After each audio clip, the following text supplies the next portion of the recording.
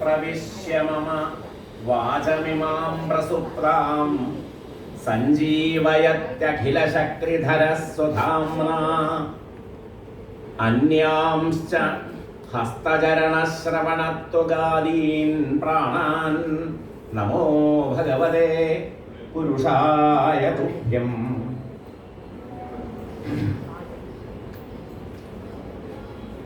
വംശീവിഭൂഷിതകരാന്നവനീരലാഭാൽ പീതാംബരാലരുണബിംബഫലാധരോഷ്ഠാൽ പൂർണേന്ദു സുന്ദരമുഖാദരവിന്ദനേത്രാൽ കൃഷ്ണാത് പരം കിമപി തത്വമഹം ന ജാനേ. ശ്രീമദ് ഭാഗവതാഖ്യോയം പ്രത്യക്ഷ കൃഷ്ണ ഏവ ഹി സ്വീകൃതോസി മയാ നാഥ മുക്ത്യർത്ഥം ഭവസാഗരേ.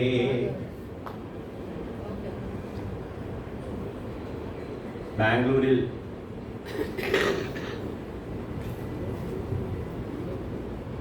നടക്കുന്ന ഈ വലിയ സത്സംഗത്തിലെ അതിലേക്ക് ക്ഷണിച്ച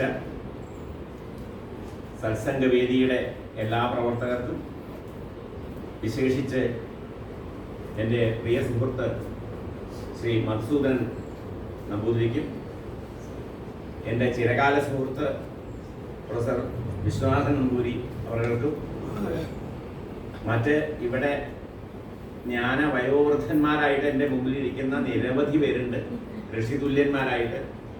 അവർക്കെല്ലാവർക്കും, ഭാഗവത പ്രേമികൾക്കും എല്ലാവർക്കും, എല്ലാ സജ്ജനങ്ങൾക്കും, സജ്ജനങ്ങൾ എന്ന് ഒറ്റ വാക്ക് പറഞ്ഞാൽ അതിനേക്കാൾ മീത പറയാനൊന്നുമില്ല, എല്ലാവർക്കും എൻ്റെ വിനീതമായ നമസ്കാരം.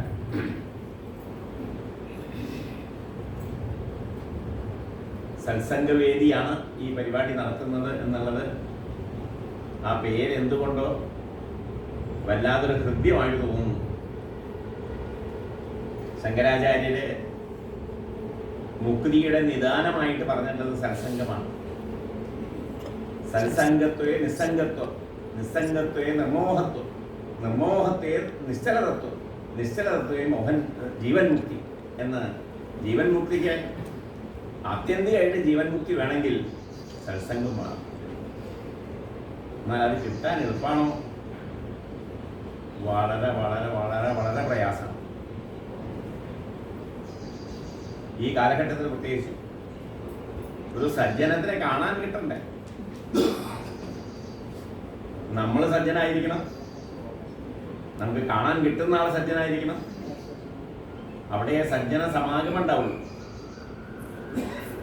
സംസ്കൃതത്തിലെ ഒരു നാടകനൃത്തുണ്ട്, വളരെ പ്രസിദ്ധനായ, കാളിദാസന് സമശീർഷനായ ഒരാളാണ്, ഭവഭൂതി എന്ന് പറയും. അദ്ദേഹം പറയും, സദാം സദ്ഭിസംഗ കഥമപി പുണ്യേന ഭവതി. കഥമപി എന്നൊരു വാക്കുണ്ടേ, അത് വളരെ ശ്രദ്ധിച്ചുപയോഗിച്ച വാക്കാണ്. വളരെ ക്ലേശമാണ്. സജ്ജനങ്ങളെ പ്രാപിക്കാൻ കഴിയുന്നത്, കാണാൻ കഴിയുന്നത് ജീവിതത്തിൻ്റെ ഏറ്റവും വലിയ സൗഭാഗ്യമാണ്. ഭാഗവതം മുഴുവൻ പറയണത് ഈ കഥയാണ്. ഭാഗവതത്തിൻ്റെ കഥ സജ്ജന കഥയല്ലാതെ വേറെ ഒന്നുമില്ല. അത് പല തരത്തിലുള്ള ആളുകൾ വരും. ചിലരൊക്കെ അപ്പാരൻ്റലി നമുക്ക് കാണുമ്പോൾ ദുർജനാണെന്ന് തോന്നും. നമ്മളെയൊക്കെ പഠിപ്പിച്ചു വിട്ടത് പലരും അങ്ങനെയാണ്. വേദകാലം മുതൽ നമ്മളിൽ കുറേ ആശയങ്ങളൊക്കെ ഇങ്ങനെ കുത്തിക്കയറ്റിയിട്ടുണ്ട്. ചിലതൊന്നും നമ്മൾ ധരിക്കേണ്ട രീതിയിൽ നമ്മുടെ കുഴപ്പമാണ്, നമ്മൾ ധരിച്ചിട്ടില്ല. ഞാൻ സൂചിപ്പിക്കുന്നത് വൃത്രാസുരന്റെ കഥയാണ്. വേദത്തിൽ വൃത്രാസുരൻ വലിയ വില്ലനാണ്. വലിയൊരു സമൂഹദ്രോഹിയായിട്ടുള്ള ഒരാളാണ്. ദേവന്മാർക്ക് മുഴുവൻ വലിയ ആപത്ത് വരുത്തി വയ്ക്കുന്ന ആളാണ്. ആ ഇന്ദ്രൻ, ആ വൃത്രാസുരനെ ഭാഗവതത്തിൽ അവതരിപ്പിച്ചിട്ടുള്ള ഭാഗം ഒന്ന് വായിക്കാൻ നമുക്ക് ഭാഗ്യമുണ്ടായാൽ ബാക്കിയൊന്നും വായിക്കണ്ട. എന്താണ് സജ്ജന സംഗമം എന്നുള്ളത്? യുദ്ധക്കളത്തിൽ തീവ്രമായുള്ള തീ പാറുന്ന യുദ്ധം നടക്കുന്ന സമയത്ത്, ഇന്ദ്രനും വൃത്രാസുരനും തമ്മിലുള്ള യുദ്ധം നടക്കുന്ന സമയത്ത് വൃത്രാസുരന്റെ ഒരു ഉപദേശം എന്ത് ചെയ്യുന്നുണ്ട് ദേവേന്ദ്രന്. ആ ഉപദേശത്തിൽ അദ്ദേഹം പറയുന്ന വേദാന്തവും ജ്ഞാനവും വൈരാഗ്യവും വലിയ വലിയ തത്വങ്ങളൊക്കെ പറയുന്നുണ്ട്. ഇതൊക്കെ പറഞ്ഞു കഴിഞ്ഞിട്ട് അതിൻ്റെ മീതെ അദ്ദേഹം അതിനെ ഈ കഷായത്തിൻ്റെ പൂർണ്ണഫലത്തിന് മേമ്പൊടി ചേർക്കാൻ തന്നൊരു ഏർപ്പാടുണ്ട്. അതുപോലെ മേമ്പൊടിയായിട്ട് ചേർക്കണത് അദ്ദേഹത്തിൻ്റെ ഭക്തിയാണ്. അദ്ദേഹത്തിന് ഭഗവാനോടുള്ള ഭക്തി എന്താണ് അദ്ദേഹം പറയുന്ന നാഗപൃഷ്ഠം എന്നുവെച്ചാൽ ബാലമേഷ്ഠ്യം എന്ന് തുടങ്ങുന്ന ഒരു വലിയ പദ്യം തന്നെയാണ്. ആ പദ്യത്തിൽ അദ്ദേഹം പറഞ്ഞത്, എനിക്ക് രാജ്യം വേണ്ട, സമ്പത്ത് വേണ്ട, മറ്റ് സുഖസൗകര്യങ്ങളൊന്നും വേണ്ട, ആകെ ഞാൻ ആഗ്രഹിക്കുന്നത് ഭഗവാന്റെ കൃപാദികൾ മാത്രമാണ്. എനിക്കതില്ലാതെ അങ്ങയില്ലാതെ എനിക്ക് അങ്ങയിൽ നിന്ന് വിരഹമായിട്ട് എനിക്ക് ജീവിക്കാൻ സാധിക്കില്ല. വൃത്രാസുരനെ പോലൊരു സജ്ജനം വരെ ഇല്ലാന്ന് തോന്നുന്നു നമുക്ക് കേട്ടാൽ. അത് കഴിഞ്ഞ് അതിൻ്റെ തൊട്ടപ്പുറത്ത്,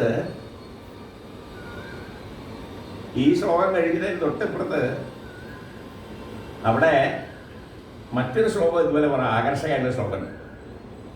ആ ശ്ലോകത്തിൽ ഇതൊക്കെ ഇങ്ങനെ ചില സൂചനകൾ തരാനേ ഞാൻ ഉദ്ദേശിക്കുള്ളൂ. കാരണം നിനക്ക് സമയം വളരെ പരിമിതമാണ്, അപ്പോൾ പറയാനുള്ള കാര്യം പറയാൻ പറ്റില്ല. അവിടെ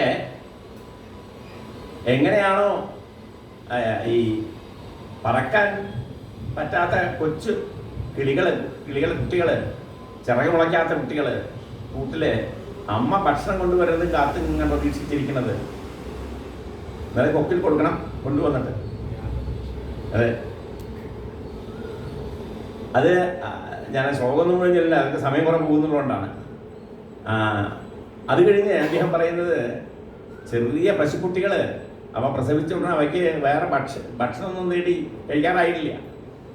ആകെ അമ്മയുടെ മുലപ്പാൽ മാത്രമാണ് കുടിക്കുക. അത് കുടിക്കാനായിട്ട് വ്യഗ്രതയോടുകൂടി വരുന്ന പോലെ ഭഗവാന്റെ അടുത്തേക്ക് ആ മനോഭാവത്തോടു കൂടിയാണ് ഞാൻ വരുന്നത് എന്നാണ് ഈ വൃത്രാസുരൻ പറയുന്നത്.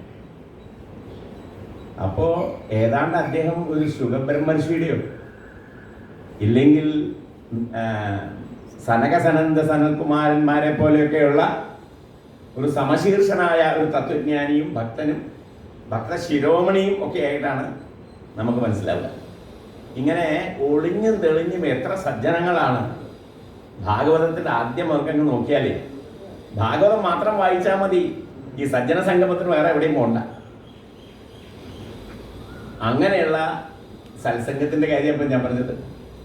ഈ വേദി സത്സംഗം എന്നുള്ള ഈ പേര് ആര് തിരഞ്ഞെടുത്തായാലും അതാണ് മുക്തകണ്ഠം പ്രശംസിക്കുന്നു. അത് വളരെയധികം ക്ഷേമമായിട്ടുള്ള പേരാണ്, വളരെ അർത്ഥവത്തായിട്ടുള്ള പേരാണ്. ഇവിടെ ഇന്ന് എന്നോട് സംസാരിക്കണം എന്ന് ആവശ്യപ്പെട്ടത്, ഇന്ന് സത്രത്തിൻ്റെ 2ാം ദിവസമാണ്. ഭക്തിയും ജ്ഞാനവും, വെറും ഭക്തി എന്ന് പറഞ്ഞാൽ പോരാ, നിഷ്കാമഭക്തിയും ജ്ഞാനം വെറും ജ്ഞാനമല്ല, തത്വജ്ഞാനം. രണ്ടിനും ഓരോ വിശേഷണമുണ്ട്, അതാണ് ഞാൻ സൂചിപ്പിച്ചത്.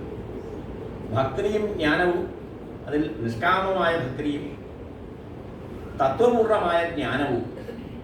അല്ല, അങ്ങനെ അല്ലാത്ത ജ്ഞാനം ഉണ്ടെന്നുള്ളതുകൊണ്ടാണ് തത്വജ്ഞാനം എന്ന് പ്രത്യേകിച്ച് പറയണത്. ജ്ഞാനങ്ങൾ പ്രപഞ്ചത്തിൽ പല വിധത്തിലുണ്ടല്ലോ. ആ ജ്ഞാനങ്ങൾക്കും ഈ തത്വജ്ഞാന ശാശ്വതമായ പരബ്രഹ്മജ്ഞാനത്തിനും തമ്മിലുള്ള അന്തരം എന്ത് എന്ന് വളരെ വലിയ ചർച്ച നമ്മുടെ സംസ്കൃത സാഹിത്യത്തിൽ ഉണ്ടായിട്ടുണ്ട്.